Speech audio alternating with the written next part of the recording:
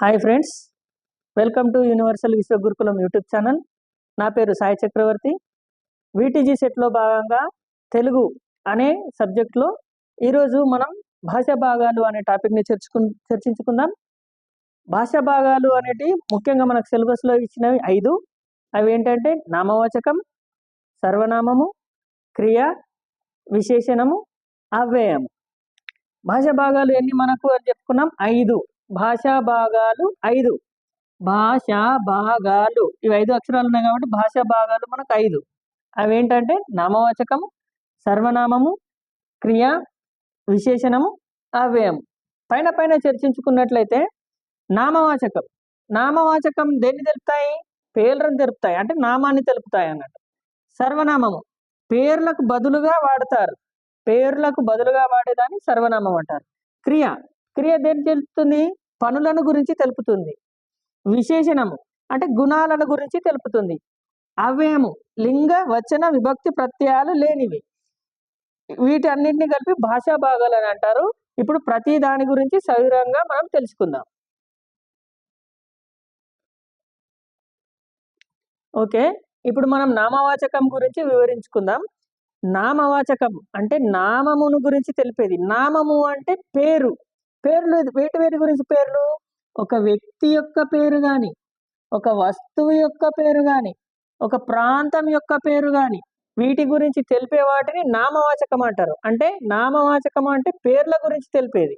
ఇప్పుడు వ్యక్తుల పేర్లు ఏమేమి ఉంటాయి? రాముడు, వరుణ్, అంజి, సీత, నీ పేరు ఉంటుంది, మన ఇంట్లో వాళ్ళందరి పేర్లు ఉంటాయి, మీ క్లాస్మేట్స్ అందరి పేర్లు. పేరు అని వచ్చిందంటే అది నామవాచకం. పేర్ల గురించి తెలిపేది నామవాచకం. అదేవిధంగా వస్తువుల పేర్లు. మన దగ్గర వస్తువు ఏముంటాయి? మీకు పుస్తకం ఉంటుంది. పుస్తకము, కలము, గడియారము, వివిధ రకాల వస్తువుల యొక్క పేర్ల గురించి తెలిపే వాటిని ఏమంటారు? నామవాచకం అని అంటారు. ప్రాంతాలు ఏంటి? ఇప్పుడు తెలంగాణ, మన రాష్ట్రం ఏది? తెలంగాణ యొక్క రాజధాని ఏది? హైదరాబాదు అనేది ఒక పేరు అన్నట్టు. ఇప్పుడు ఢిల్లీ, మళ్ళీ మీ యొక్క ఊరు పేరు, మీ స్కూల్ ఉన్న ఊరు పేరు, అట్లా ఒక వ్యక్తి కానీ, వస్తువులు కానీ, ప్రాంతం యొక్క పేర్ల గురించి తెలిపేదాన్ని నామవాచకం అంటారు. ఇప్పుడు ఎగ్జాంపుల్ చూడండి. రాముడు మంచి బాలుడు, ఇందులో పేరు ఏముంది? నామం ఏముంది? రాముడు అనేది నామవాచకం. ఇక్కడ దీని కింద గీత ఇచ్చి ఇదేంటి, గీత ఇచ్చిన పదం ఏంటి అని అడుగుతాడు. అప్పుడు ఏమైనా రాముడు అనేది ఏమవుతుంది? అది పేరు కాబట్టి నామవాచకం అవుతుంది అన్నట్టు. ఇంకో ఎగ్జాంపుల్లో గోపి హైదరాబాద్కి వెళ్తున్నాడు, ఇందులో నామవాచకాలు ఏమిటి అనే క్వశ్చన్ ఇస్తాడు. ఇప్పుడు ఇక్కడ నామవాచకాలు చూడండి. గోపి అనేది నామవాచకం, పేరు. గోపి అనే వ్యక్తి యొక్క పేరు. హైదరాబాద్ కూడా నామవాచకమే, ఇది యొక్క ప్రాంతం యొక్క పేరు అన్నట్టు. ఇక్కడ ఎన్ని నామవాచకాలు వచ్చినాయి? 2 నామవాచకాలు వచ్చినాయి అన్నట్టు. అదేవిధంగా కోతి అరటిపండు తింటుంది, అక్కడ కోతి అనే పేరు నామవాచకమే, అరటిపండు అనేది పండు యొక్క నామవాచకం. కాబట్టి ఇట్లా ప్రాంతం కానీ, వ్యక్తి కానీ, వస్తువుల యొక్క పేర్లను తెలిపే వాటిని ఏమంటారంటే నామవాచకము అని అంటారు. ఓకే, ఇప్పుడు మనం సర్వనామం గురించి తెలుసుకుందాం. సర్వనామము అంటే నామవాచానికి బదులుగా వాడేదాన్ని సర్వనామము అంటే పేరుకు బదులుగా వాడతారు. పేరుకు బదులుగా వాడేదాన్ని ఏమంటారు? సర్వనామము. అదే దాంట్లో ఎగ్జాంపుల్ ఏమొస్తుంది?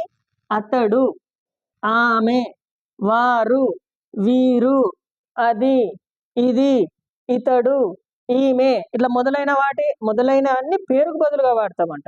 ఎట్లా వాడతాము అంటే, ఫర్ ఎగ్జాంపుల్ చూడండి. రాజు బడికి వెళ్ళాడు, రాజు పరీక్ష రాశాడు. దాన్నే మనం ఎలా రాయొచ్చు అంటే, రాజు బడికి వెళ్ళాడు, అతడు పరీక్ష రాశాడు. ఇక్కడ అతడు అనేది దేని సూచిస్తుంది?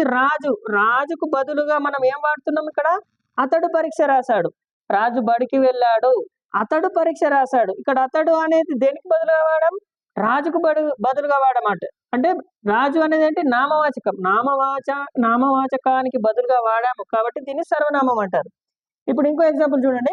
అనిత పొలానికి వెళ్ళింది, ఆమె వరి పైరు కోసింది. ఇప్పుడు అనిత అనే నామవాచకానికి బదులుగా ఏం వాడాం? సర్వనామం. ఆమె అనే సర్వనామం వాడాం అన్నట్టు. ఇక్కడ పిల్లి పాలు తాగింది, అది బయటకు వెళ్ళింది. ఏది బయటకు వెళ్ళింది? పిల్లి. అంటే నామవాచకానికి బదులుగా మనం ఏం వాడాము? అది అనే సర్వనామం వాడమన్నట్టు. రవి, సీత, సాయి, నరేష్లు కలిసి ఊరికి వెళ్ళారు. వారు అక్కడ బట్టలు కొన్నారు. ఎవరు? రవి, సీత, సాయి, నరేష్లు. అంటే ఈ నామవాచకానికి బదులుగా మనం ఏం వాడాం? వారు అనే సర్వనామం వాడాం అన్నట్టు. ఈ నామవాచకానికి బదులుగా వాడినాం కాబట్టి వారు అనేది ఇక్కడ సర్వనామం అవుతుంది. అదేవిధంగా సీత అనే దానికి సర్వనామం ఏమవుతుంది? ఆమె అవుతుంది.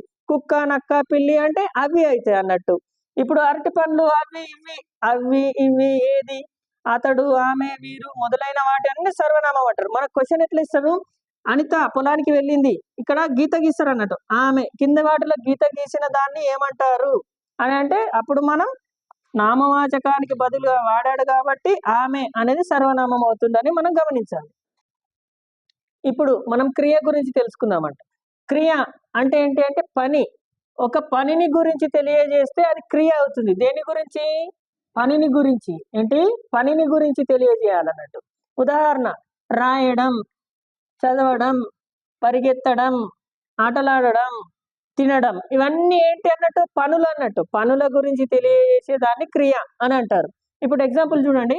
ఉమా టీవీ చూస్తున్నది. ఏం చేస్తున్నది? ఏ పని చేస్తున్నది? ఉమా చూస్తున్నది. కాబట్టి ఇది క్రియ అవుతుంది అన్నట్టు. రమ్య ఆటలు ఆడుతున్నది. రమ్య ఏం చేస్తుంది? ఏం క్రియ చేస్తుంది? ఆటలు ఆడుతున్నది. ఇక్కడ క్రియ ఏంటి? ఆడుతున్నది అన్నట్టు. తాత గుడికి వెళ్ళాడు. ఇందులో క్రియాపదం ఏంటి? వెళ్ళాడు. రహీం పుస్తకం చదువుతున్నాడు. ఇతను ఏం చేస్తున్నాడు? ఏ పని చేస్తున్నాడు? చదువుతున్నాడు. కాబట్టి ఇక్కడ చదువుతున్నాడు అనేది క్రియ అవుతుంది అన్నట్టు. రాముడు బడికి వెళుతున్నాడు. రాముడు ఏం పని చేస్తున్నాడు? వెళుతున్నాడు అనేది. ఇక్కడ గీత గీసిన పదాలన్నీ క్రియలు అన్నట్టు. ఏం పని చేస్తున్నాడో తెలిపేదాన్ని క్రియ అంటారు. ఇక్కడ చూడండి, రాముడు బడికి వెళుతున్నాడు. వెళుతున్నాడు అనేది ఏమిటి అని అంటే అప్పుడు అది క్రియ అని మనం గుర్తుంచుకోవాలి. అదే ఇక్కడ రాముడు అని అన్నాం అనుకో, ఇది నామవాచకం అన్నట్టు.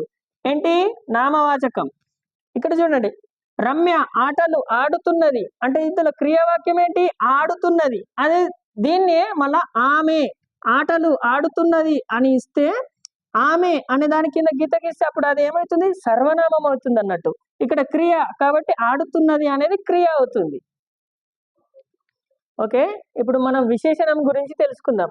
విశేషణం అంటే ఏంటి? గుణాలను తెలిపే పదాలను విశేషణం అంటారు.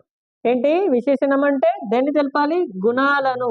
గుణాలను గురించి తెలిపే వాటిని ఏమంటారు? విశేషణం. అంటే గుణాలు అంటే ఏంటి? మంచి, చెడు, తీపి, పులుపు, చేదు, ఎర్రని, నల్లని, పెద్ద, చిన్న, వివిధ రకాలైన గుణాలను తెలపాలన్నట్టు. అది ఎట్లా అంటే ఎగ్జాంపుల్, పాలపిట్ట అందంగా ఉన్నది. పాలపిట్ట ఎలా ఉన్నది? దాని గుణం ఏంది? అందంగా అన్నట్టు. ఇక్కడ విశేషణం ఏంటి? అందంగా. నేను జాతరలో ఎర్రని గాజులు కొన్నాను. గాజులు ఎలా ఉన్నాయి? ఎర్రగా ఉన్నాయి అన్నట్టు. ఇక్కడ ఎర్రని అనేది ఏమవుతుంది? విశేషణం అవుతుంది అన్నట్టు. గాజుల యొక్క గుణం ఏంటి? ఎర్రగా ఉన్నాయి అన్నట్టు. పాలు తెల్లగా ఉంటాయి. పాలు ఎలా ఉంటాయి? తెల్లగా. ఇందులో విశేషణం ఏంటి? తెల్లగా అన్నట్టు. ఏనుగు పెద్దగా ఉంటుంది. ఏనుగు ఎలా ఉంటుంది? ఏనుగు యొక్క విశేషణం ఏంటి? పెద్దగా. ఏనుగు పెద్దగా అనేది ఏనుగు యొక్క గుణాన్ని తెలుపుతుంది అన్నట్టు. సీత మధురంగా పాటలు పాడుతుంది. సీత ఎలా పాటలు పాడుతుంది? మధురం. క్వశ్చన్ ఎలా ఇస్తాడంటే, నేను జాతరలో ఎర్రని గాజులు కొన్నాను, కింద గీత గీసిన దానిని ఏమంటారు అని ఇస్తే దాన్ని మనం విశేషణంగా గుర్తించాలి అన్నట్టు. ఇలా తెల్లని, నల్లని, చిన్న, పెద్ద, మంచి, చెడు, మధురంగా, వేగంగా, నెమ్మదిగా అనే వివిధ రకాల పదాలు విశేషణాన్ని తెలుపుతాయి అన్నట్టు. ఇప్పుడు నెక్స్ట్ మనం అవ్యయం గురించి తెలుసుకుందాం అన్నట్టు. అవ్యయం అంటే లింగ, వచన, విభక్తి ప్రత్యయాలు లేని పదాన్ని అవ్యయం అని అంటారు. ఏమేమి ఉండదు? లింగ, వచన, విభక్తి ప్రత్యయాలు లేని పదాన్ని అవ్యయం అని అంటారు. ఎగ్జాంపుల్స్, ఆహా, ఓహో, ప్రతి, అను, అబ్బా, భలి, అయ్యో, ఔరా, అయ్యారే, అక్కడ, ఇక్కడ, ఇవన్నీ పదాలు అవ్యయాలు అన్నట్టు. మనం ఎగ్జాంపుల్స్ చూసుకుంటే, ప్రతిదినం నేను వ్యాయామం చేస్తాను. ఈ యొక్క వాక్యంలో మనకు అవ్యయం ఏమిటి? ప్రతి అనేది అవ్యయం అన్నట్టు. ఆహా, ఈ భవనం ఎంత అందంగా ఉన్నది. ఇందులో అవ్యయం ఏంటి అన్నట్టు? ఆహా అనేది అవ్యయం. ఈ కింద గీసిన పదాన్ని ఏమంటారు అని అంటే అప్పుడు మనం అవ్యయంగా గుర్తించాలి. ఓహో, ఈ తోట నందనవనంలా ఉన్నది. ఇందులో అవ్యయం ఏదవుతుంది మనకు? ఓహో. తల్లి తన పిల్లల్ని అనుక్షణం కంటికి రెప్పలా కాపాడుతుంది. ఇందులో అవ్యయం ఏమవుతుంది అంటే అను అనేది. ప్రతిదినం నేను వ్యాయామం చేస్తాను అనే క్వశ్చన్ ఇచ్చి, ఇందులో ప్రతి అనే దాని కింద గీత ఇచ్చి, ఈ క్రింది వాటిలో గీత గీసిన దాన్ని ఏమంటారు అని ప్రతి అనే దాని కింద గీత గీస్తే అప్పుడు మనం ఆన్సర్ ఏమవుతుంది? అవ్యయము. ఏంటి? అవ్యయము. అవ్యయము ఏమిటి అంటే లింగవచన విభక్తి ప్రత్యయాలు లేని పదాన్ని అవ్యయము అని అంటారని తెలుసుకోవాలి. ఇప్పుడు మనం ఇందులో భాగంగా ఆహా, ఓహో అనేది ఆశ్చర్యార్థకాలు ఉన్న పదాలను మనకేమంటారంటే అవ్యయాలు అని అంటారని మనం గుర్తుంచుకోవాలి. ఇంతటితో భాషా భాగాలు అనే టాపిక్ సమాప్తమైంది. Thank you.